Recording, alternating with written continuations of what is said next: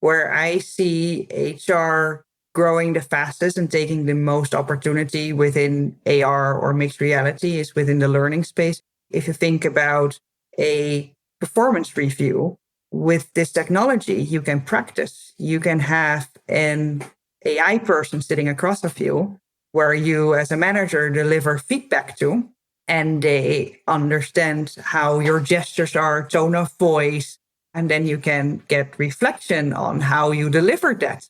Or if you think about the horrible situation where you have to lay off somebody, how do you have that conversation in a proper manner, and actually training yourself and becoming better at that and more human at that is something where these technologies can definitely help us. Welcome to the Work for Humans podcast. This is Dart Lindsley.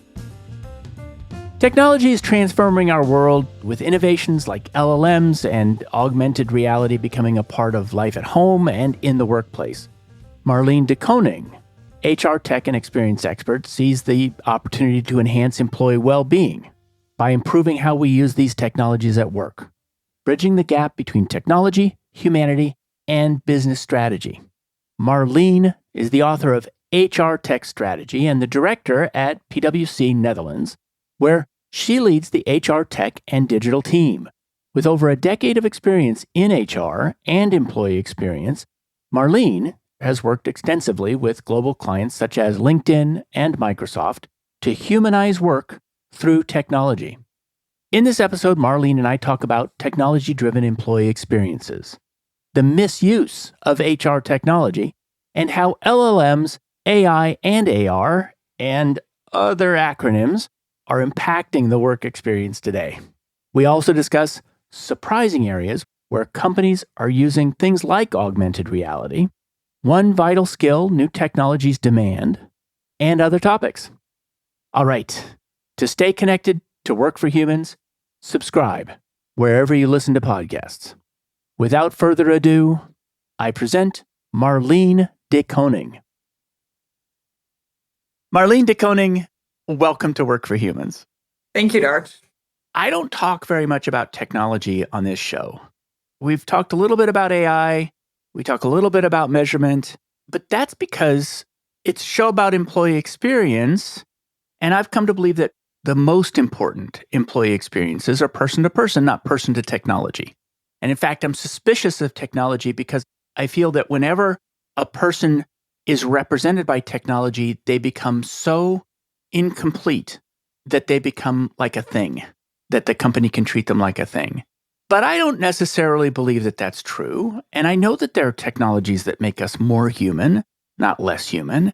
And so I want to challenge some of those assumptions today, and you're the perfect person to challenge those assumptions with, because you've written HR Tech Strategy, Revolutionizing Employee Experience through HR Tech Synergy. I've always felt that business transformations can be driven by technology, but I want to know more about their effect on employee experience. So what are the technology-driven employee experiences? When I think about employee experience, I think about the world of work, and I think about that it has become more complex, especially if you think about information workers. Technology has been entering our workforce at a mind-boggling pace. And with more technology being entered, that has an effect on our employee experience. So it can be a blessing or a burden. So it depends on how we as organizations and employees work with the technology and how we create that experience. And I truly believe that if we do it right and if we leverage the right technologies, that we can enhance the employee experience, where it can also be very frustrating. So if you think about what people do during the day, sometimes technology can be their main frustrator in their day of work, where I like to look at it, if we understand what their main frustrator is, how can we then enhance this experience? So if we talk about the human-to-human interaction, that's actually more fun and is improved because technology enables us or helps us to do that.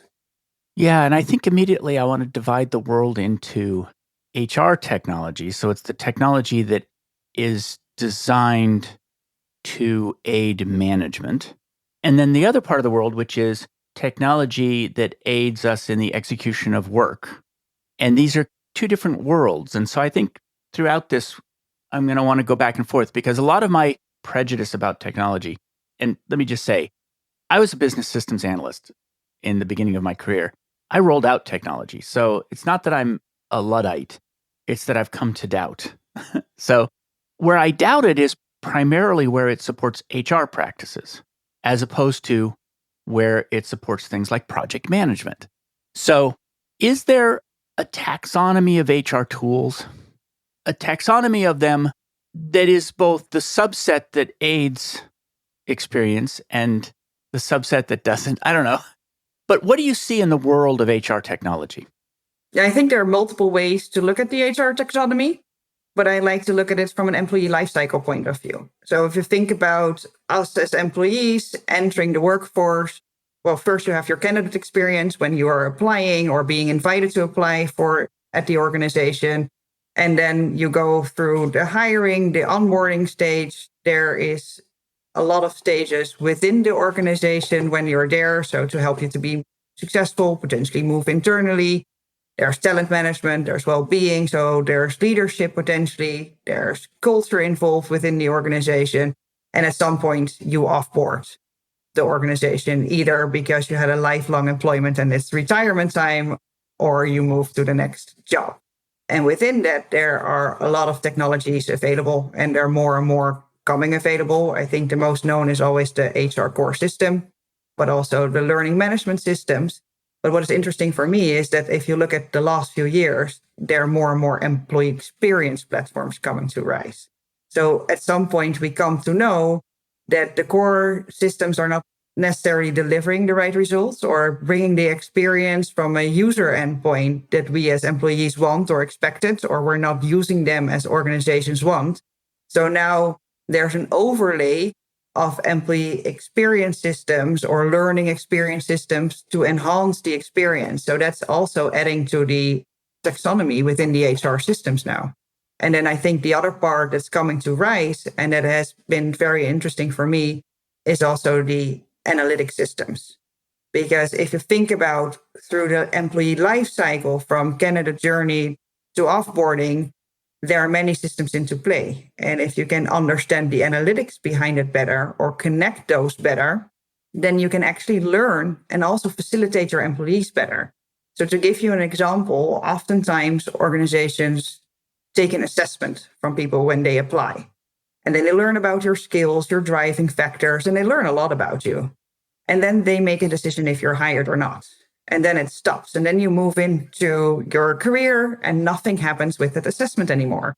Where if you think about leveraging what you have as an input for your performance, for your growth, for your succession planning, for a lot of other things, but also as an organization to understand where people thrive based on those assessments, we can actually leverage what we already do and the systems that we use within the candidate journey phase throughout the rest of the employee lifecycle, instead of seeing it all as a separate part. We're one person that goes through that journey. I've always struggled against that, which is that we do collect all of that information up front and then we just don't pass it from whatever the staffing process was to the HR core system or some other. And it's just lost. I don't know why it is, except that those are organizational silos and technology silos. They don't share a data model. They tend to be supported by different vendors or something like that.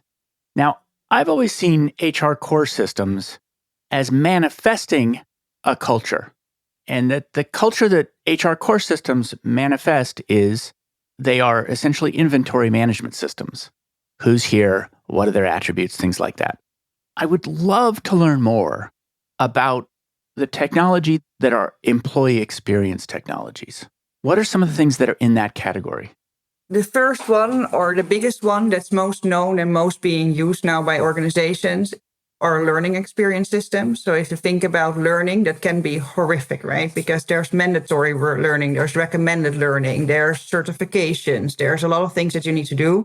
And oftentimes as an employee, you need to go to different type of systems in order to get your certification or to get it done. And also, if you want to learn about one subject, it's not always in the same system available. So that means that you need to go to an online learning course or to the core learning management system. So what they build, or some companies are now offering, is a learning experience where you can start learning more in the flow of work. So also, if you and I communicate about a topic that's of interest at work, then you can do a micro learning. So you could just click on a word you don't know and then learn in the system that you're currently working in. So it brings more the learning to employees. But also, if I then think, hey, my colleague would be interested in this learning, let's send them the recommendation as well so they can start learning, and you bring it more into the flow of work. And that increases the experience because it's not something that you have to do, that you need to go looking for, but it actually enhances your experience as an employee. I like the idea of that. I don't have statistical data. In other words, I have a lot of data on what people want from work. And in the top 3 is learning. And the idea that learning can be not something I go and do, but that learning is ambient and learning is social is compelling to me. What's another example of an experience platform?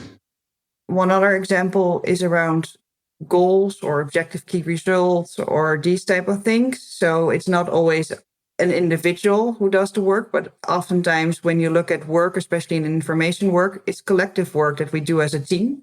So understanding where teams are working on, but also tie that then to the organizational goals.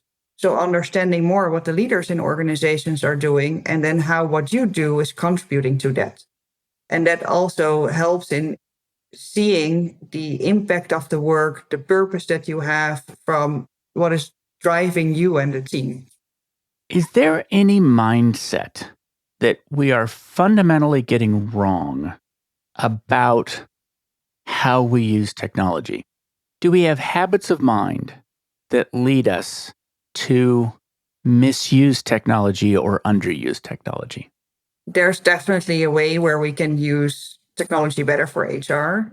Sometimes we buy technology and we think about the impact for an organization as an afterthought, or we buy technologies in silos. So we just discussed the employee life cycle and the stages that you have. And sometimes we buy technologies in those silos. So the learning development team goes after the best learning development system. The recruiting team goes after the best applicant tracking system. But it's not necessarily thinking through, is that applicant tracking system connected the best to the learning system that we have? And how do we make sure that it then offers a seamless experience for the employees and for the HR department? So oftentimes when we buy these technologies, the adoption and change process takes a bit longer than we expect. So we offer our employees oftentimes an online learning that they need to do on their own pace, but we don't set the tone or explain them, why do we implement the system? What is the use for the organization? What is the benefit for you? And then help them to change their way of work. And if you ask people to change their behaviors and how they work, but they don't get the time to really change, then they go back to how they used to do it before, because that's how we as humans behave. And then sometimes we miss the benefits that the system can offer. And then as an organization, there's no benefit. And then as an employee, there's also lots of frustration. And I think that's where we can improve to bring HR more upfront when we're implementing systems and thinking about the organizational change that it requires. Especially if you think now with AI entering at a fast pace in every organization, it requires that we do our work differently. And that requires not only that we do things differently, but we really truly change how we approach our work on a daily basis or how we interact with each other. And that's not something that goes automatically for everybody. So helping people to move through those phases is very, very important when you're implementing these technologies and to make them successful. Yeah, there's a couple of things in there. First of all, I think we do a terrible job of constantly associating our technology with why the technology is there. We don't do a good job of that. I take as an example performance management systems. We're not very good at saying what they're for, partially because I think we don't want to say what they're for. And we don't want to tell the truth about what they're for, but there are other systems like that too. And from a business architecture perspective, there's two places where transformation comes into an enterprise. One place is from the marketplace, which is that the market wants something new. We have to deliver something new to the market. The company needs to transform in order to meet that new market. The other place that transformation enters a company is through the technology. And actually, I would say that there's a third place, which is transformation comes to companies through changing expectations and demographics in the workforce. But in terms of transformation that's coming into enterprises today in the form of technology, you've mentioned LLMs, well, AI and LLMs, machine learning, things like that. I want to go through some of the big things that are coming that HR might need to help organizations adapt to. So when you think about LLMs, when you think about machine learning, I know nobody can answer this question yet, but I'm still going to ask it, which is, what is the nature of that transformation going to be? And how might we prepare people for it? Preparing people for it is very important because not everybody is as used to working with large language models or AI or machine learning or anything, or understand what it brings or what the risks are.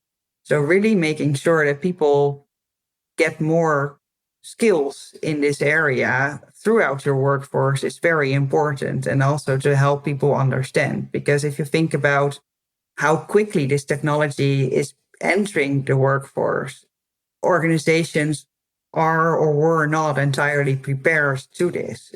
And that encompasses a lot of things. So one easy example is when GPT became very known or used by many people, organization didn't have a policy in place. What do we do if people start loading our work data or client data into it? And what does that mean for our organization? So understanding that people will use technology if you offer it as an organization or not is one thing. And then how do you want it to be used?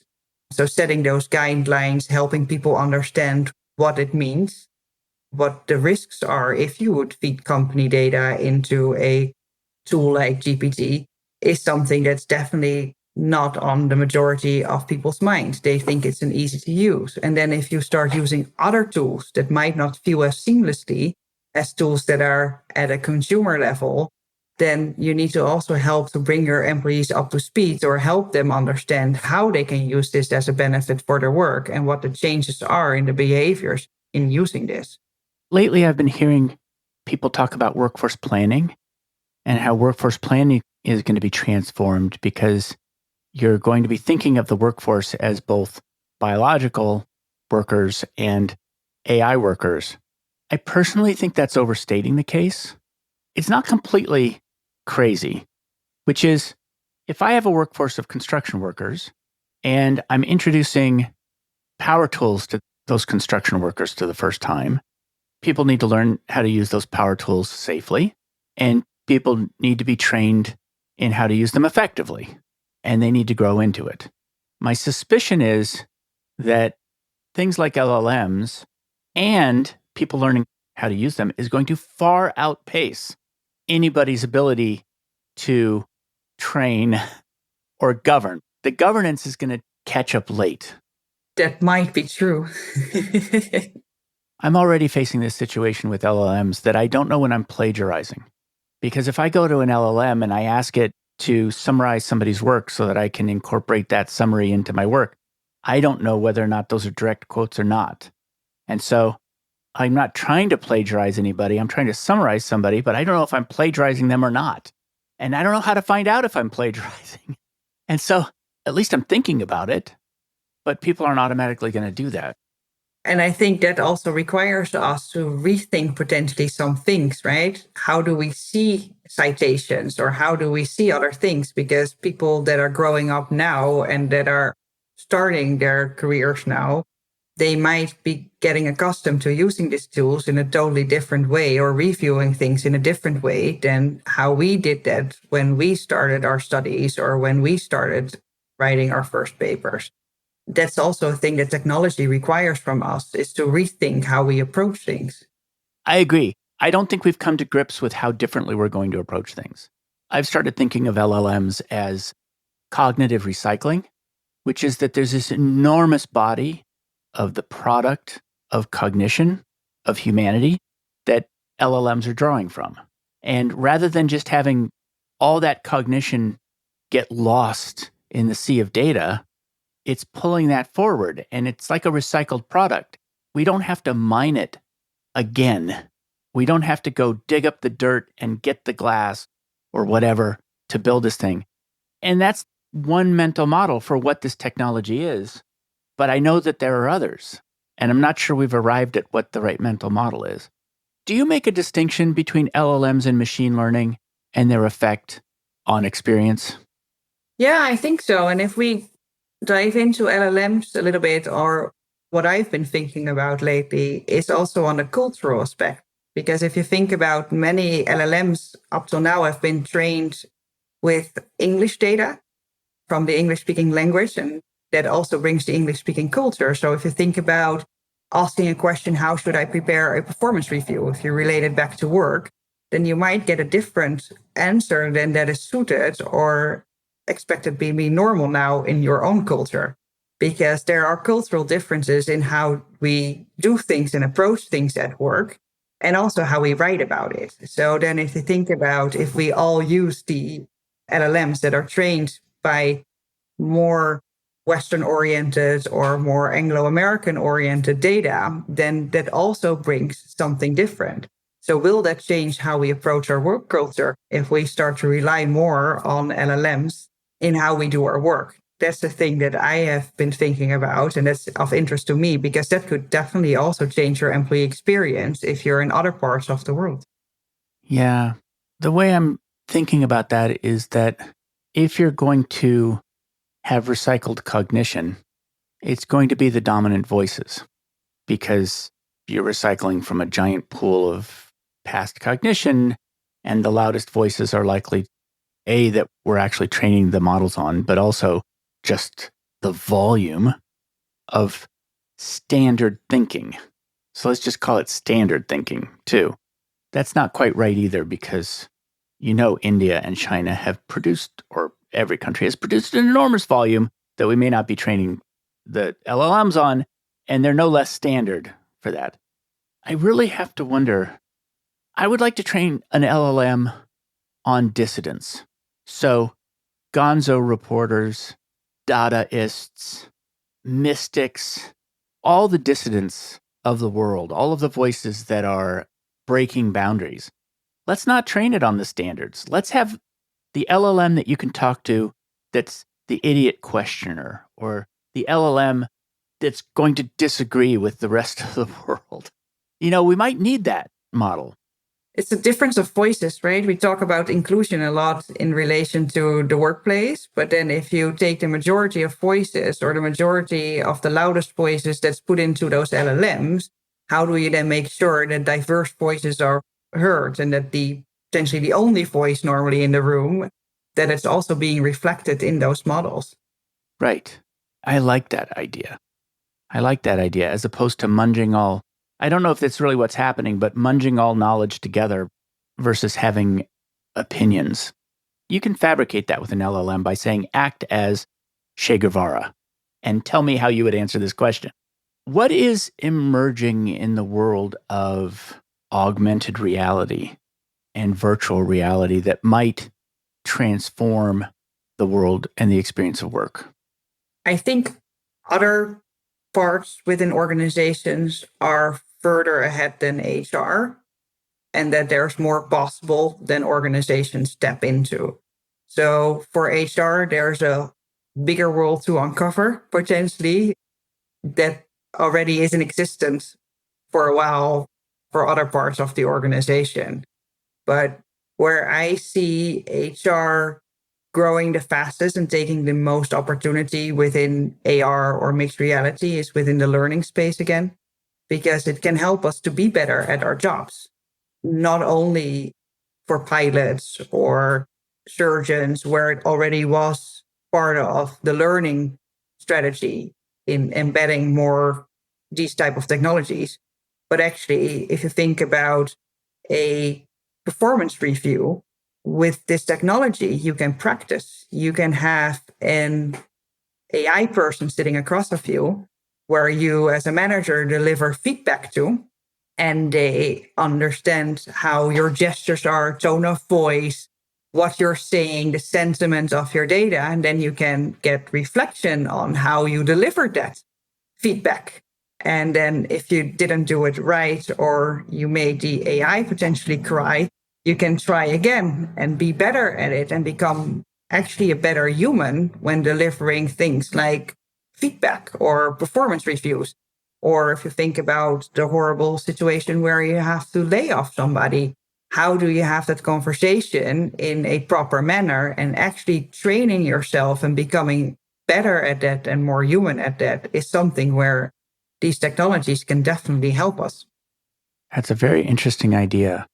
The idea that, well, it's a combination of things, right? Now it's LLMs plus augmented reality, in which we are doing a role play, and the role play is being assessed by a very safe observer, which is, I don't have to do this role play in front of a human.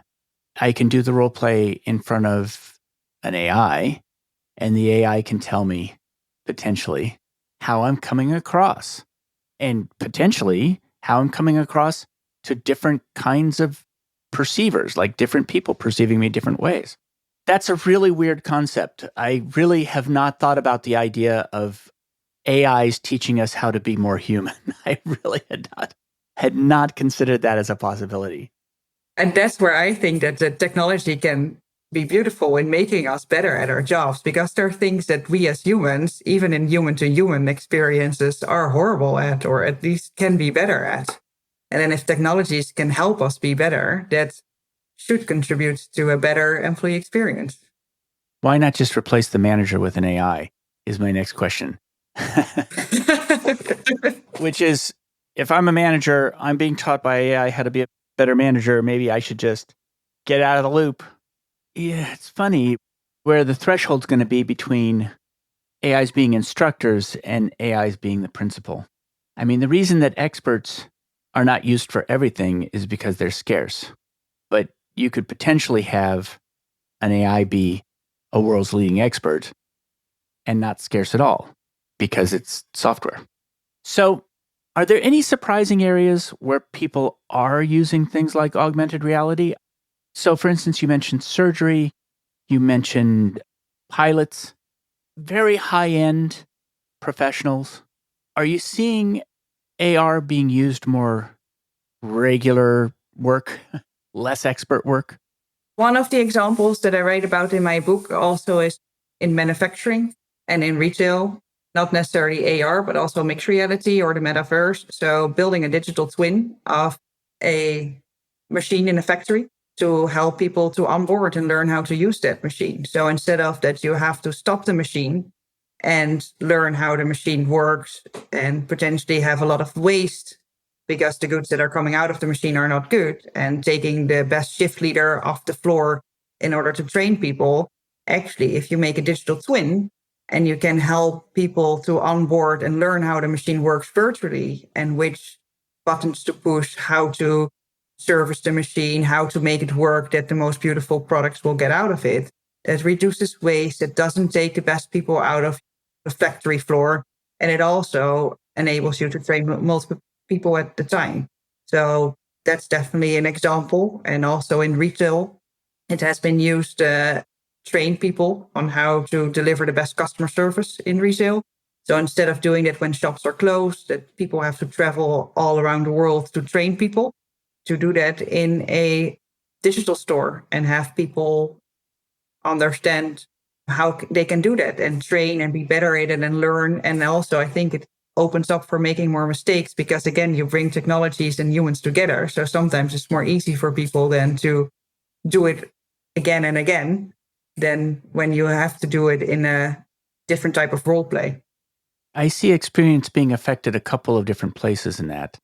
One of them is that the expert doesn't have to travel. The second one is that I might be able to practice in a more low risk situation which is I'm not being observed by another human as I fail in my practice. I'm just working with a thing, and that could be comforting. And it also reduces the risks. Sometimes we're afraid of failing because we think it costs the organization money, or it something gets broken or something goes wrong. And you reduce the risk. So also the feeling of actual failure might turn into a feeling of you're improving every time and you're learning. So it goes from an anxiety space potentially more into a enjoying of learning space. Yeah, yeah, that may be true. It's interesting to decouple instruction from being watched by a peer. And I guess that's already happened in a lot of ways. I mean, everybody learns on YouTube, but that's different from actually practicing, which you can do in an AR or mixed reality version. A funny thing happened to metaverses. They left the news. It's not because they went away, although maybe, but it's because LLMs came along. Is the whole idea of a metaverse still alive out there and progressing? Or did it not just get displaced from the news? Did it also get displaced from people's technology roadmaps? It's definitely still on people technology roadmaps. It's just not as high end now as LLMs. LLMs won the popularity contest, so to say. So it's more on top of mind and people are more experimenting with it or looking into it. Where the metaverse is already in play in some organizations. So again, for the learning and development part, but also sometimes from an organizational view perspective or for onboarding perspective, organizations have already been using it.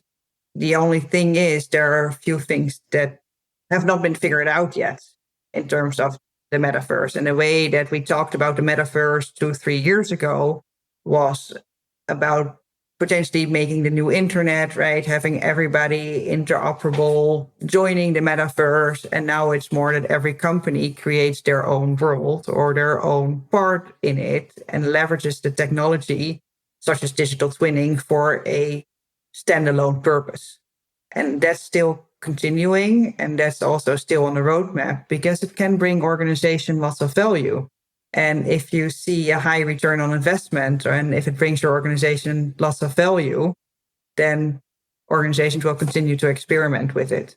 So there are industries where it makes more sense or where it's higher on the roadmap than others. But I definitely don't think it has died yet. And I think at some point, we're now at the top of the hype cycle for Gen AI. At some point, the hype will decrease a little bit. And then there's also room to leverage a little bit and to make sure that both, well, I think the metaverse then will come to the surface a little bit more again. Yeah. Yeah. There's people in the background who are working on and making it a reality. Do you know what is it that we haven't figured out, like we haven't solved in that space? Well, there are a few things like you need good network access, which is in parts of the world that's definitely there. In other parts, it's not. So if you're an international organization, it does not always make sense because you cannot bring it everywhere to the world and give people the same experience. So that's definitely something. There's also research being done on workplace safety. So how do you make sure that in a metaverse environment, you can ensure workplace safety for your employees? How to avoid bullying, for example, if you're in such an environment, and how to make sure that you have the right governance in place for that. And then there's the cost associated, especially if you think about all the equipment that sometimes is required for a certain type of spaces, then the costs are very high. So it's not scalable yet to deliver that to every employee within an organization. And I have to say, you know what they haven't figured out how to do is make them any fun. They just bore the crap out of me. I don't know what to do about that. Work doesn't bore me. The second I touch a metaverse of any kind, I'm like, ah, I don't know what that is. I mean, it's partially because I'm in a video game. To be honest, I don't have any weapons. When I'm in video games, I always have weapons. And I get into these metaverses and like I'm unarmed. To be honest, it's like, could we make it a little bit more Minecrafty at least? You know? Well, I work with a metaverse company that built like collaboration parks and virtual parks. And what I like with one solution that they had is that they built train wagons to show every project that there is. And that you can also virtually enter that wagon. And then there's, because of the spatial sound, you'll hear what people are working on the project, but also then the project room has all the documents you need to access for that project. And if you virtually move out of that wagon, you go to the next, and then you have the documents and everything at hand for the next one. And then as leadership, you can see how many projects are going on within your organization visually. So what you see is every time a project is being added, a wagon is being added to the train. And the longer the train gets, the more you might be distant from your goals. And then what they build is like a data room within the organization where you have an overview of all the data of everything that's going on within those wagons. So it gives a better view and oversight and also helps teams to collaborate differently. So for me, that was a good example to see. And that would be something I think I would be enjoying to work in, even though it doesn't bring the weapons. Yeah, maybe just a crossbow. I like that idea, though. I like that idea of a visual metaphor for the work that I'm doing that would otherwise be invisible. I was just talking about this with an organization about how some of their work is like digging dirt, and occasionally they find a gold nugget. And finding the gold nugget is very rewarding, but digging the dirt is not very rewarding. And a part of the problem that they face is that they can dig a lot of dirt and the gold nuggets don't show up necessarily for 2 years because they take a long time to mature.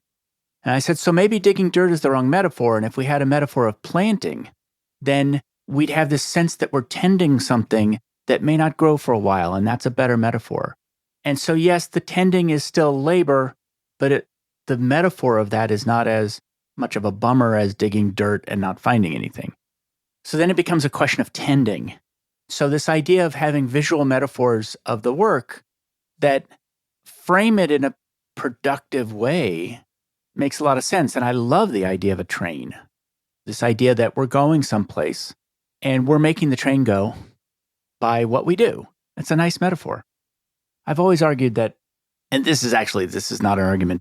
There's good evidence that suggests that most of our thinking is in our visual cortex. I mean, a huge part of our brain is in our visual cortex. And so if you can make invisible work visible, you're giving access to an understanding of that work that's far richer than a lot of other parts of our brain can manifest.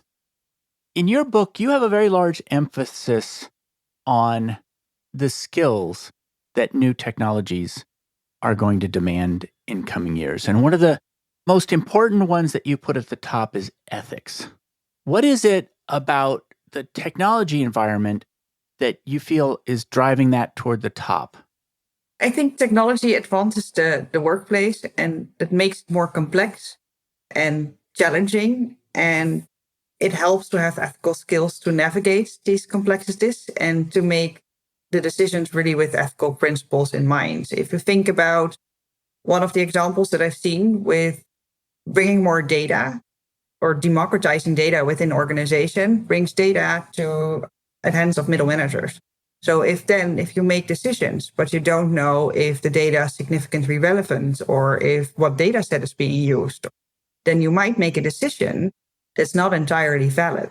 So understanding what questions to ask and ensuring that you make the right decisions is very much necessary. And it also comes to mind, how do we think about the morale or the ethics when we're making decisions based on certain algorithms or certain technologies that have come to place? And I think we have not trained every layer and every person within the organization on this yet.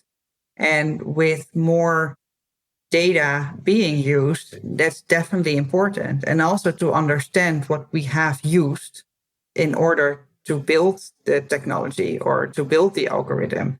Because if you don't understand what's being fed into it, then you might not be able to question what comes out of it in the right way.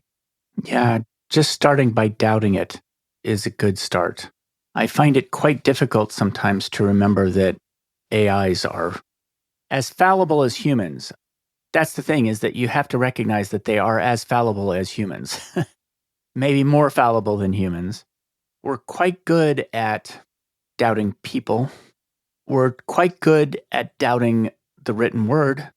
We're not nearly as good at doubting a really compelling photorealistic image or a really compelling photorealistic motion picture. We haven't learned that doubt. I think so too. And also, when you're responsible for designing these systems, to really think through what it means or why you're doing what you're doing, right? And make sure that you do that also in an ethical manner. What is an internal skills passport? It's one of the things that you wrote about.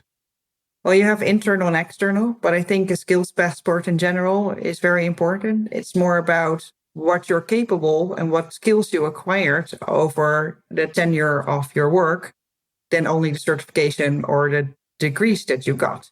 And that helps people to move jobs also internally and externally potentially. But if you think about it from an internal view, it's about what skills do we need within the organization for a person to drive this job and what skills does a person have. And if you list that, it can help really with internal mobility, but also to understand the capabilities that people have.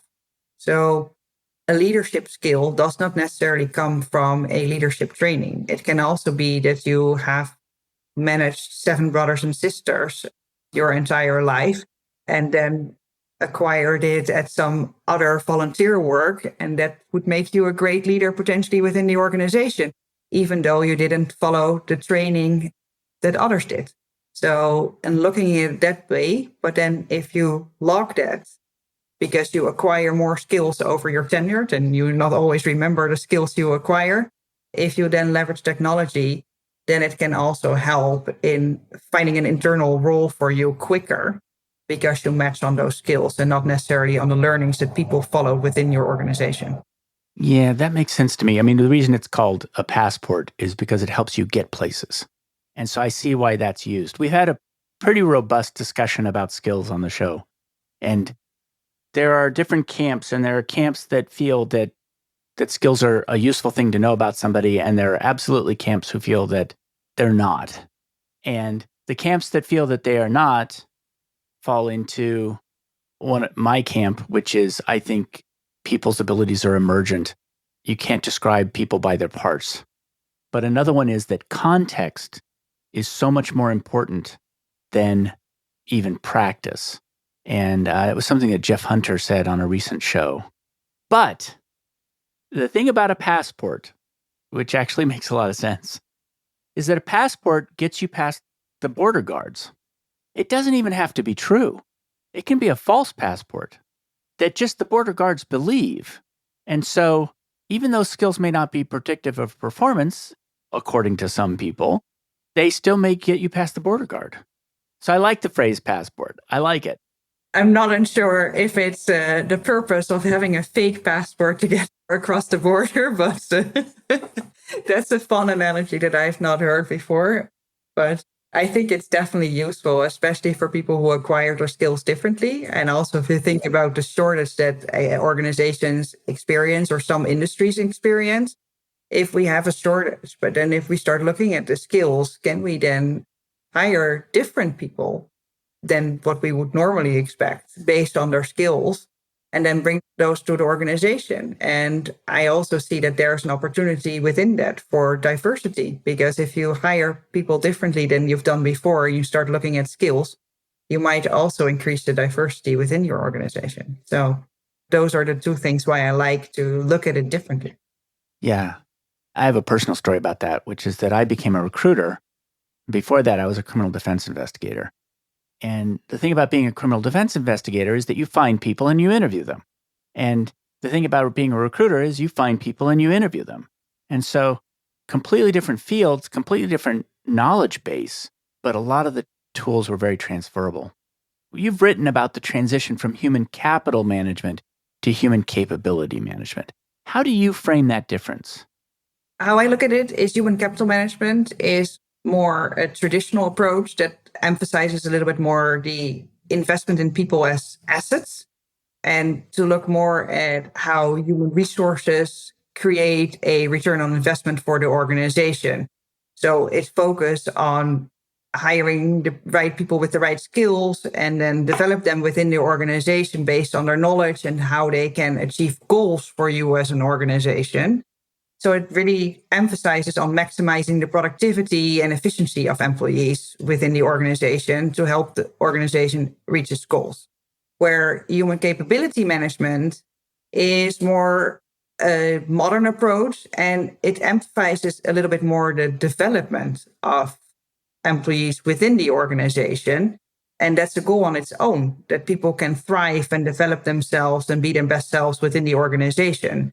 So it's more based around that people have unique talents and skills and that we should nurture them and to help them to gain the best performance and be their best self while contributing to the organization as well. So it's more concerned to create an environment where employees are empowered to achieve that full potential. And for me to reach that full potential, that also includes that well-being and inclusion are more important because that's also counting towards thriving as an employee within the organization. But it also helps when you're thinking about moving more towards the skills-based organization, that it's not only about the certifications or grades that you have as an organization, but really the skills that also help us to recognize the unique talents within our employees or within people in general. You've argued for developing a more personalized employee experience and the role of technology in making that possible. And a lot of what you've spoken about in terms of the personalized experiences is hybrid work, the different ways of working, the different places of working. You've spoken about the 5 stages of hybrid. What are those stages? And what's sort of the most basic stage and what's the most advanced stage and what's in between? Before I answer that, I think for me, hybrid is where people work partly in the office and partly remote. And I think sometimes organizations or people view it as where part of the people works full-time remote and part of the people work in office. But if you look at the 5 stages and how I look at it, it's about a combination where you as an employee work a few days in the office and a few days from home. And this was normal already for some organizations, but during the COVID pandemic, this accelerated a lot because people, well, basically everybody went home. And then after the pandemic, we are trying to find a way on how to make this hybrid stage or hybrid work. And what I've seen with a lot of organization is that people close down their laptops at work and they open it at home and they started doing exactly the same thing as they did in the office, but then from home. Where hybrid is actually an opportunity to create more seamless experiences for individuals, but also for teams and for the organizations, because it provides different things. So what I write about are 5 stages. And the first stage is basically where organization has really no active hybrid strategy. So there are tools that support employees to work remotely, but there's no real strategy in place. Like, what do we want to reach? What does it mean for potentially the well-being or the retention of our employees? How can we create the optimal flexibility? Or there's not a real strategy. And also from a technology perspective, there's being offered what has always been offered within an organization.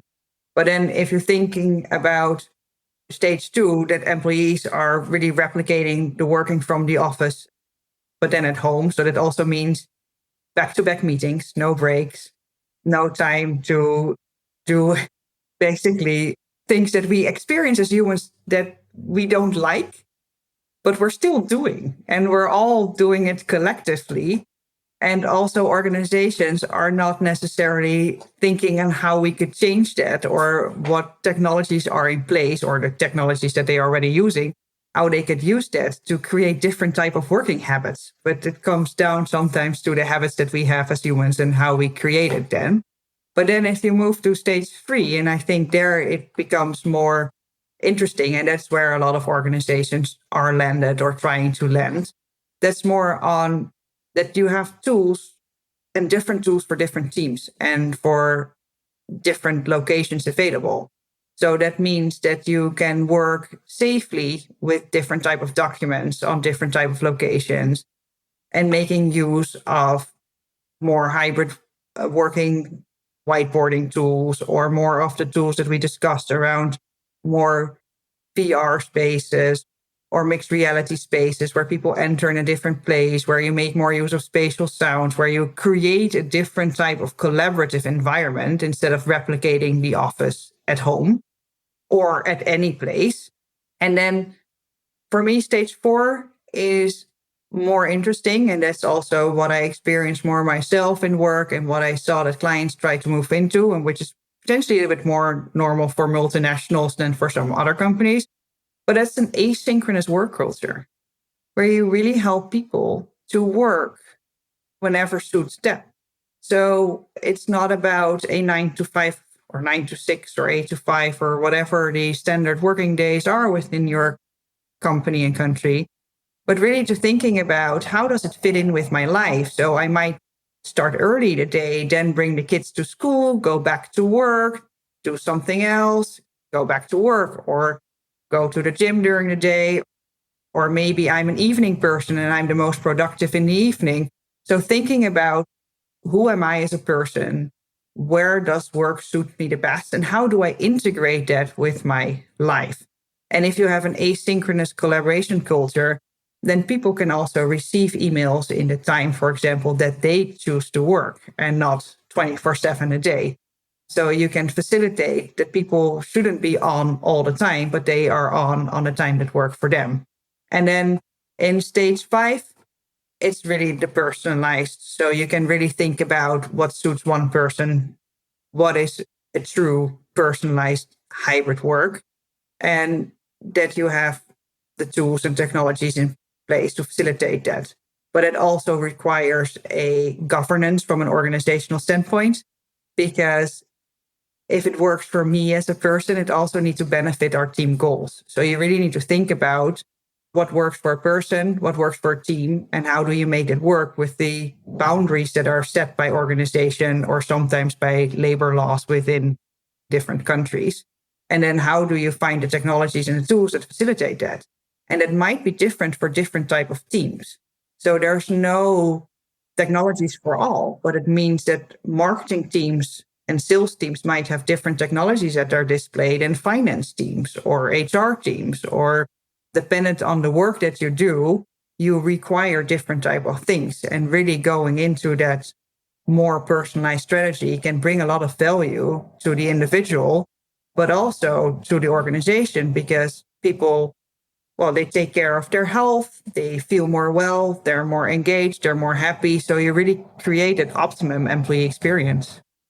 You know what sparked for me talking about that in combination with the metaverse and with augmented reality is that one of the things that happened when we started working remote is that work used to be something that we immersed in as a 3D experience. We got inside our work.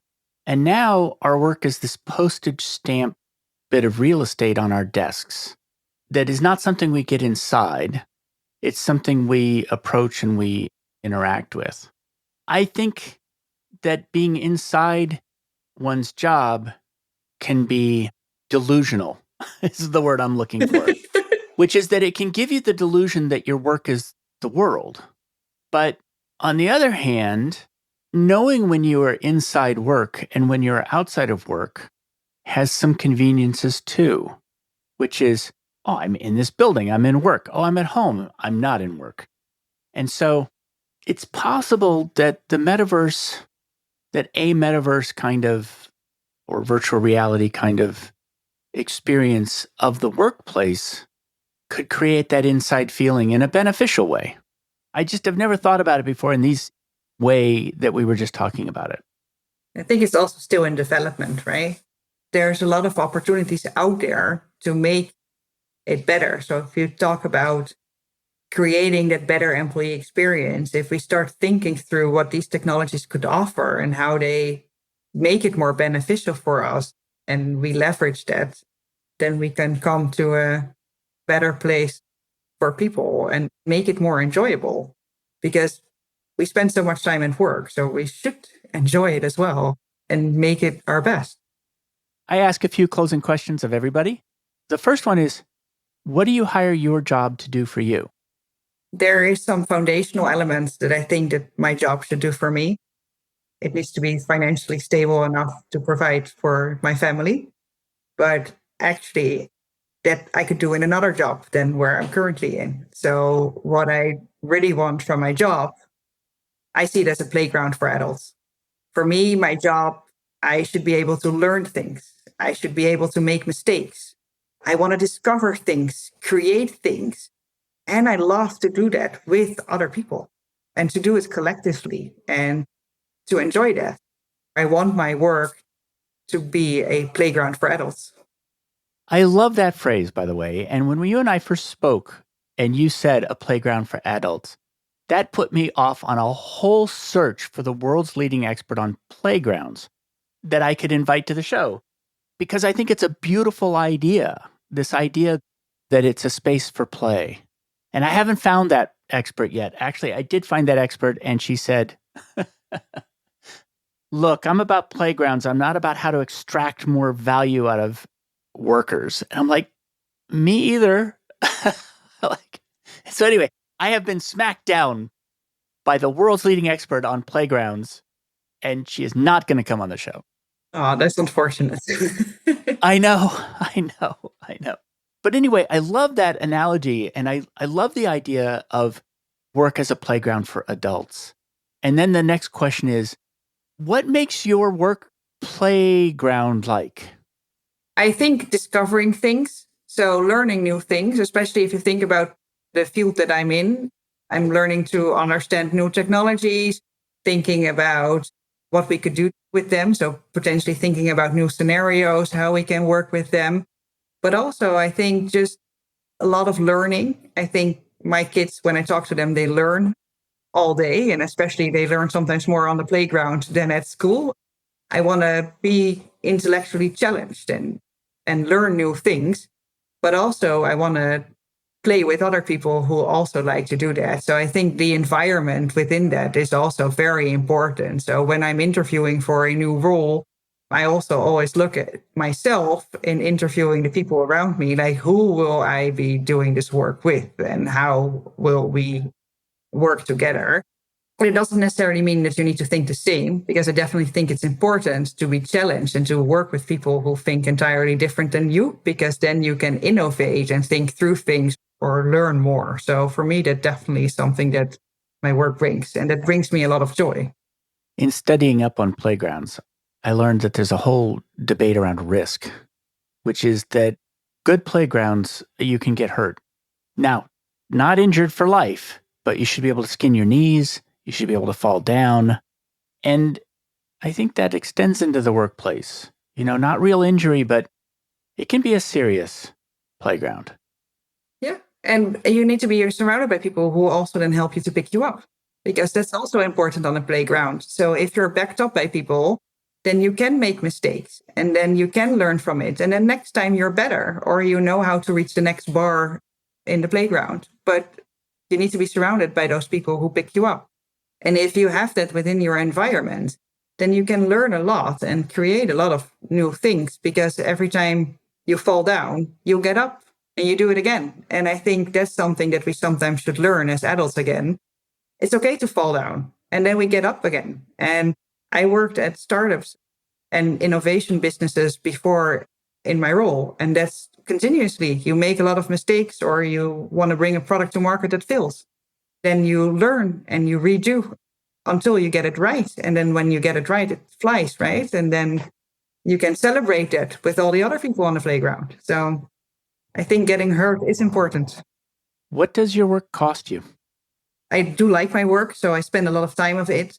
I also have a family, so it costs me mainly my personal time. I have less time for stuff sometimes that I want to do for myself or with myself than I would normally do.